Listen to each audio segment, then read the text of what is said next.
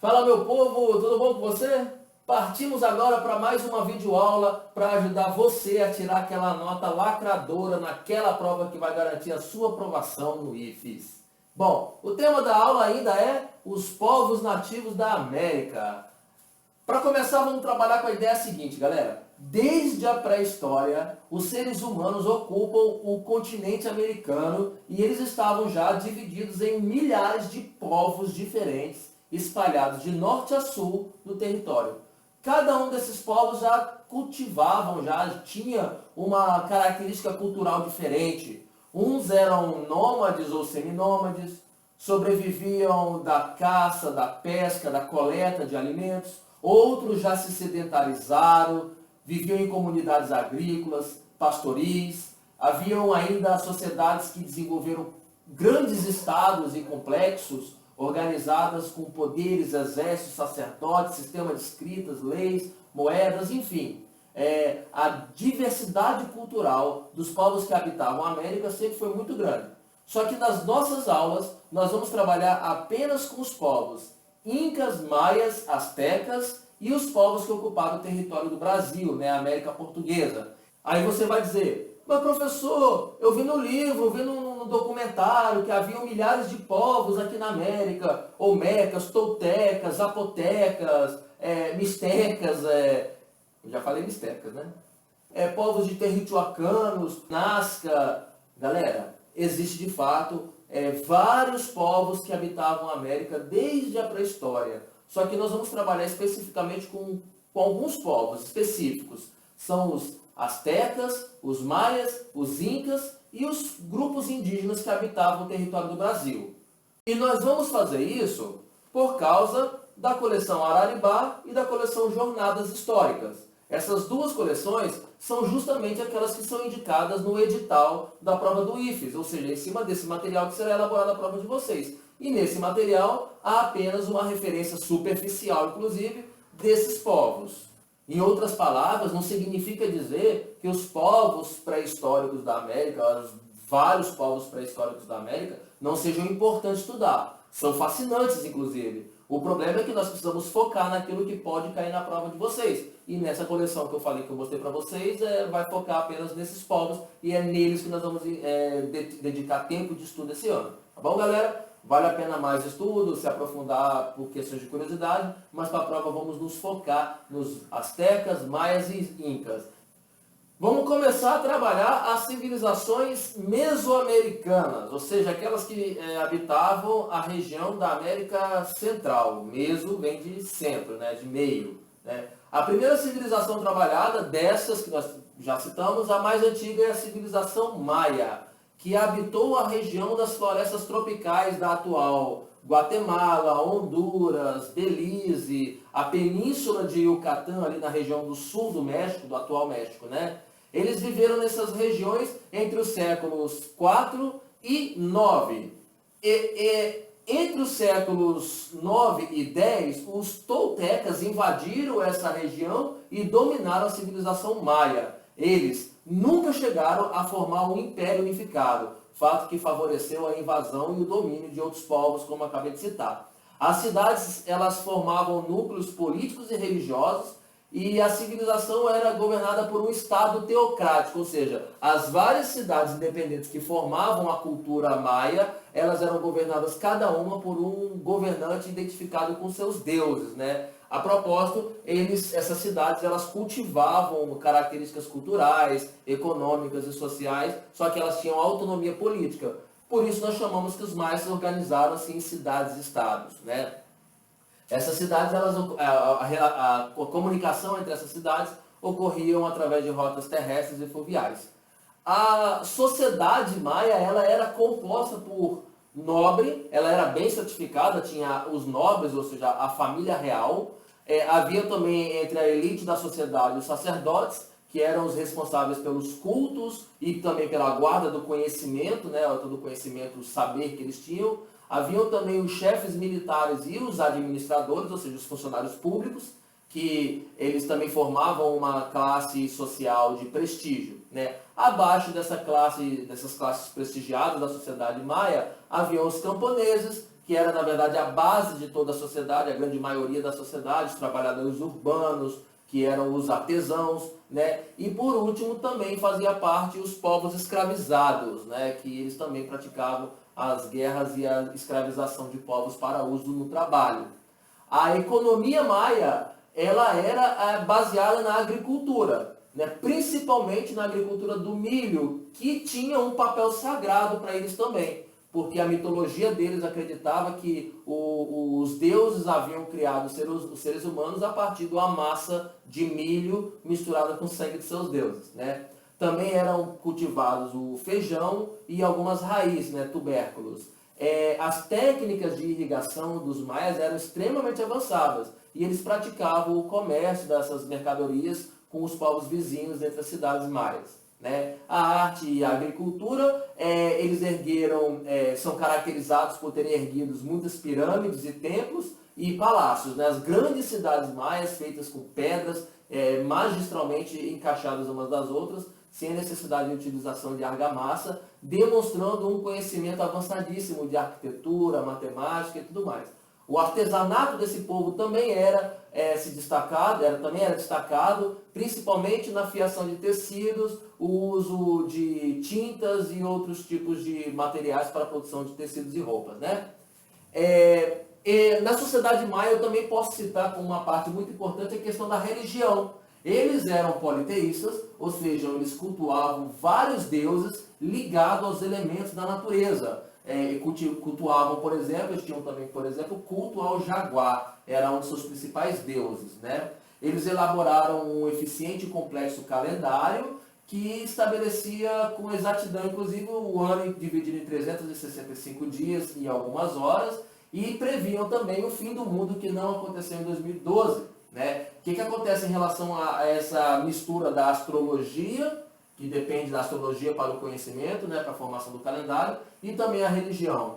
Eles acreditavam que o tempo era formado por ciclos, né? Os deuses haviam criado e destruído o mundo várias vezes, e a última extinção aconteceria no ano 2012. Então o calendário maia previu, e claro, ainda bem, né, que se comprovaram estarem errados, o mundo não acabou em 2012. Né?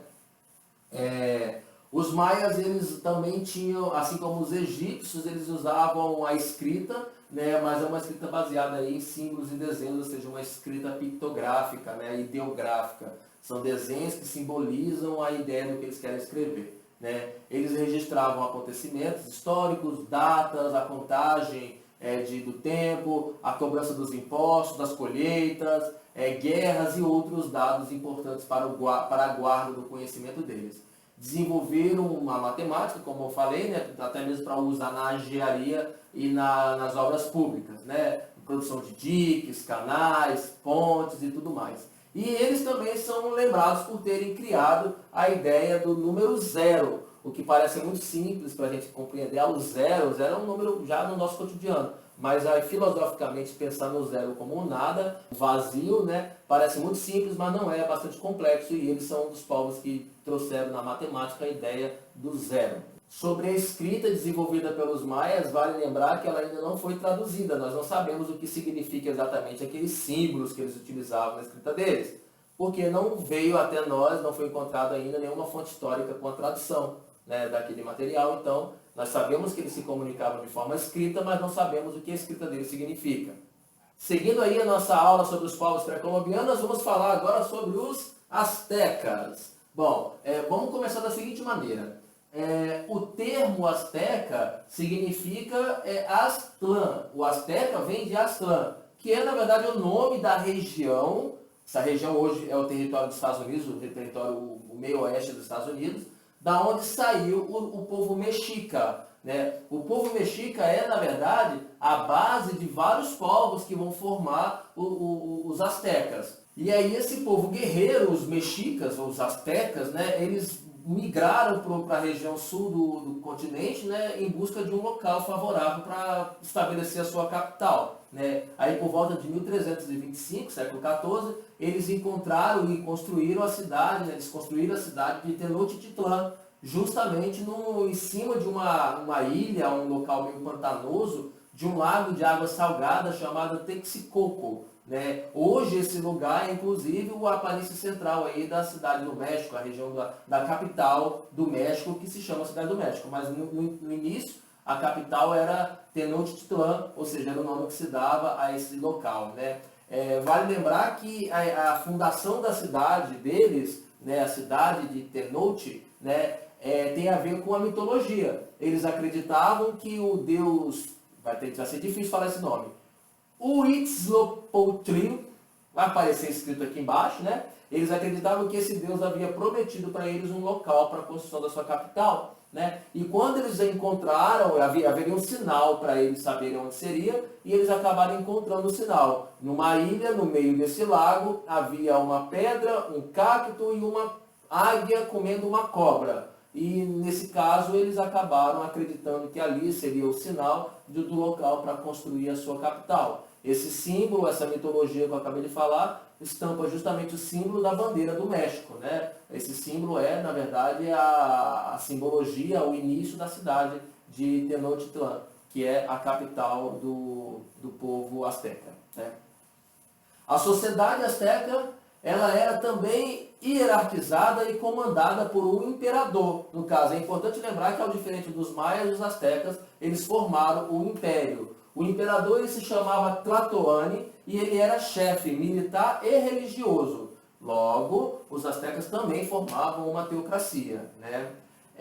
A elite nobre, né, a nobreza, a família real era justamente a parte mais alta, mais prestigiada dessa sociedade, seguida pelos nobres, que também eram formados por sacerdotes e chefes militares. Abaixo dessa sociedade havia também na base dela os camponeses, os artesãos, trabalhadores urbanos, comerciantes e bem lá embaixo mesmo da sociedade os escravizados, né?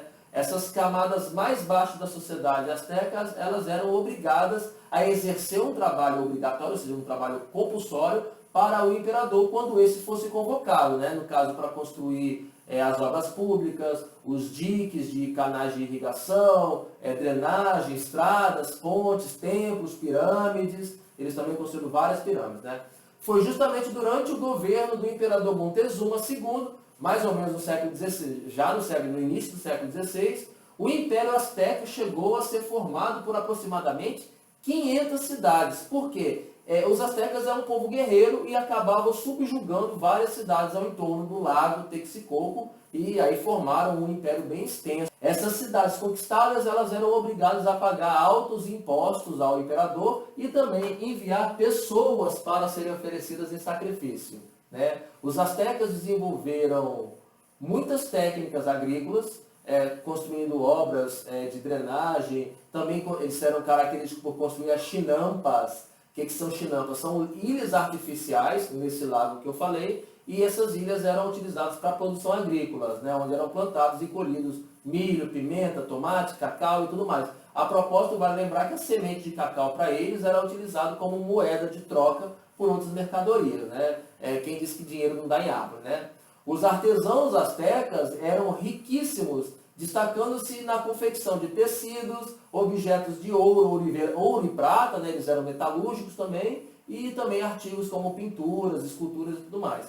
A religião asteca, ela era politeísta, ou seja, também cultivavam vários deuses ligados aos elementos da natureza, né? Os principais deuses dos astecas, eu fiz uma colinha aqui, eles eram vai aparecer a imagem e a figura desse maluco aí, ó. Eles eram o Tlaloc, o deus da chuva, o Quetzalcoatl, que ele era, na verdade, uma serpente emplumada, uma espécie de dragão com penas aí, e também o Huitzilopochtli, esse nome que apareceu aqui, que eu também não sei pronunciar esse negócio, que ele era o deus do sol e da guerra, tá? Eu tive que fazer colinha porque era muito complicado esses nomes aí dos astecas. Na religião deles, eles acreditavam no sacrifício humano, e o sacrifício humano tinha como função apaziguar a ira dos deuses, ou seja, era sacrificando as pessoas que os deuses se sentiriam agradados e não colocaria fim ao mundo, né? A propósito, haviam vários rituais de sacrifícios humanos, era muito comum entre os astecas. De modo geral, era até um privilégio ser sacrificado em nome da ordem do universo, né? e os rituais aconteciam no topo das pirâmides que eram usadas como templos, né? De lá, o coração da vítima era tirado do seu peito, de preferência com a vítima ainda viva, e aí o sacerdote ele bebia o sangue do coração dessa vítima, que é para eles é a água sagrada, né? Aquilo que o combustível do universo, né? Enfim, né, o ritual religioso dos astecas era muito interessante e era utilizado, claro, para acalmar a ira dos deuses e era feito com muita frequência, era muito comum eles fazerem aí os rituais de sacrifício, né? E a escrita asteca, ela também era desenvolvida, mas com base em desenhos, né? Era pictográfica ou ideográfica, então eram símbolos que representavam ideias. E nós, infelizmente, também não temos o domínio da leitura dessa fonte aqui, porque não tem ainda uma fonte histórica que traduz a escrita asteca, né? Sobre o deus Quetzalcoatl, só como curiosidade, vale lembrar que é um deus que havia sido expulso do panteão dos deuses e esse deus ele não concordava com a escravização dos povos, né, dele, né, dos seres humanos. E os astecas acreditavam na sua mitologia que esse Deus retornaria para livrar a humanidade do sofrimento. E como esse Deus ele viria, né, como um guerreiro ornamentado com penas e montado numa fera, né? Quando os espanhóis chegaram na América, Hernán Cortés e tudo mais, eles chegaram justamente montando cavalos, que eram animais que os americanos não conheciam, usavam em suas roupas aquelas penas, né, em cima do chapéu, e eles eram aparentemente diferentes dos povos que eles conheciam, eles eram guerreiros e tudo mais. Ou seja, os astecas confundiram os colonizadores com seus deuses, e isso foi uma balela para os espanhóis conseguirem subjugar e dominar os astecas, apesar de ser uma população, uma comunidade extremamente numerosa, composta por milhares de pessoas e um povo bem organizado. Mas, por vários motivos, dentre eles a superioridade militar dos espanhóis, essa treta com Deus Quetzalcoatl e também as guerras bacteriológicas, ou seja, as doenças que os europeus trouxeram, os astecas foram basicamente dizimados pelos espanhóis, né? E, claro, obviamente, feitos de escravos. E para finalizar, vamos falar deles, dos povo do sol, os incas. Já é uma civilização da América do Sul, ocuparam aí a região da Cordilheira dos Andes, que engloba o Peru, a Colômbia, Equador, Bolívia, Chile, Argentina, né? Toda essa região montanhosa do lado pacífico da América do Sul.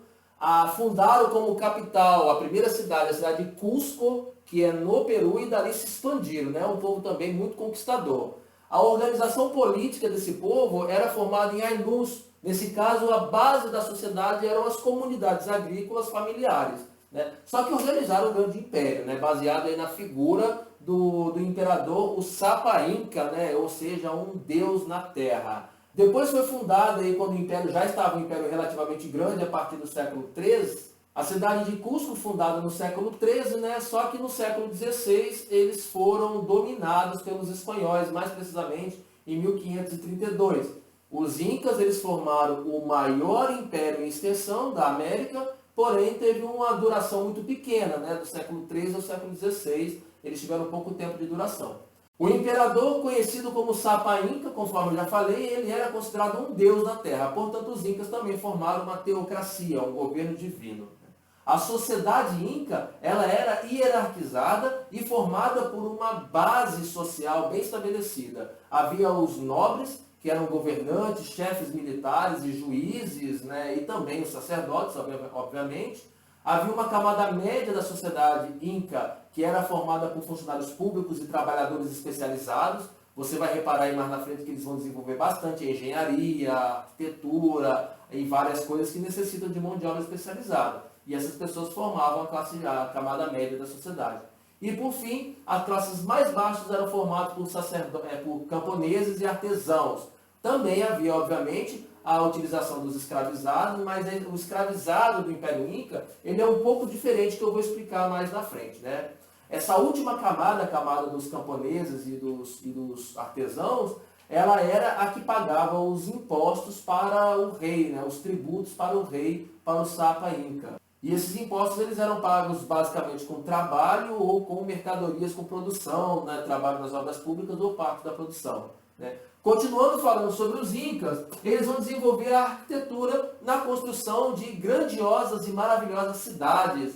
Vale a pena destacar entre essas cidades a cidade de Machu Picchu, também no Peru, que era aí uma grande fortaleza, né, uma cidade no topo das montanhas, maravilhosas. Eles também vão desenvolver a astronomia, a matemática, a engenharia e vários outros conhecimentos que vão ajudar a desenvolver essa sociedade. Ela vai ser uma sociedade extremamente organizada. Já na agricultura, que também era extremamente desenvolvida, porque eles plantavam em chamados terraços, né? Eles eram degraus escavados na encosta das montanhas, e isso aí aumentava a área de cultivo deles, já que eles moravam em regiões montanhosas da Cordilheira dos Andes. Então, escavando a lateral das montanhas, faziam esses terraços de cultivo. Ali eles plantavam a coxilha, o feijão, milho, que também era um alimento sagrado para eles, a batata também é muito importante como base da alimentação, né? Eles construíram canais de irrigação, desviavam o curso dos rios e faziam sistemas de elevação de água também para irrigar esses terraços, né? A arte vai se destacar pela qualidade dos objetos de ouro e prata e tecidos e joias também produzidos por eles. Vale lembrar aqui que essa população, a domesticação da lhama e da alpaca, né? São animais primos aí do camelo, né? Da família dos camelos, e eles eram utilizados como meio de transporte de animais de carga, obviamente, e também na retirada da lã para fazer tecidos. A carne e o leite dos animais também se constituíam também como importante fonte de alimentação, né? Além disso, a lhama e a alpaca, eles também eram utilizados em sacrifícios, que eu vou falar mais na frente sobre isso aí, tá bom?